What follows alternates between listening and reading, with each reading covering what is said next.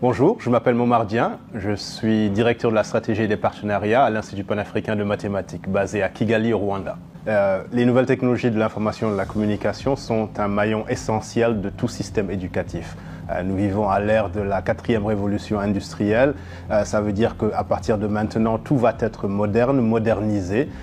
Les élèves qui sortent du système éducatif, on s'attendra à ce qu'ils sachent utiliser l'informatique et même des technologies beaucoup plus avancées, l'intelligence artificielle, etc.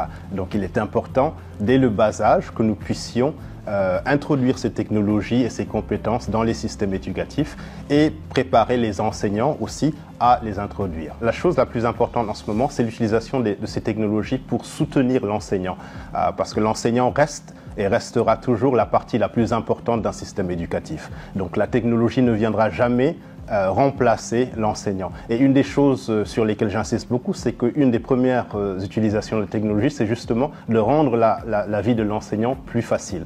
Et par exemple, nous avons maintenant des plateformes qui permettent aux enseignants de corriger les devoirs des élèves de manière plus facile, plus rapide et plus fiable. Et donc cela demande un peu d'apprentissage de la part des enseignants également, mais ce sont le genre de choses que les technologies font très bien et permettent aux enseignants de se dédoubler et d'être présents, je ne dirais pas partout à la fois, mais en tout cas d'avoir beaucoup plus de temps pour maintenant se préparer à faire autre chose.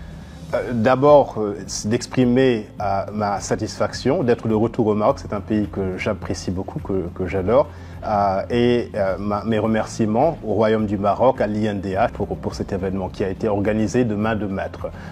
Nous avons des experts internationaux de partout, d'un peu partout dans le monde. Ce matin, nous avons entendu parler des expériences en Inde, par exemple. Et je pense que c'est le genre d'échange et de dialogue qui permettra à chacun d'entre nous d'apprendre des expériences de l'autre et de rendre l'éducation en général dans le monde entier plus performante.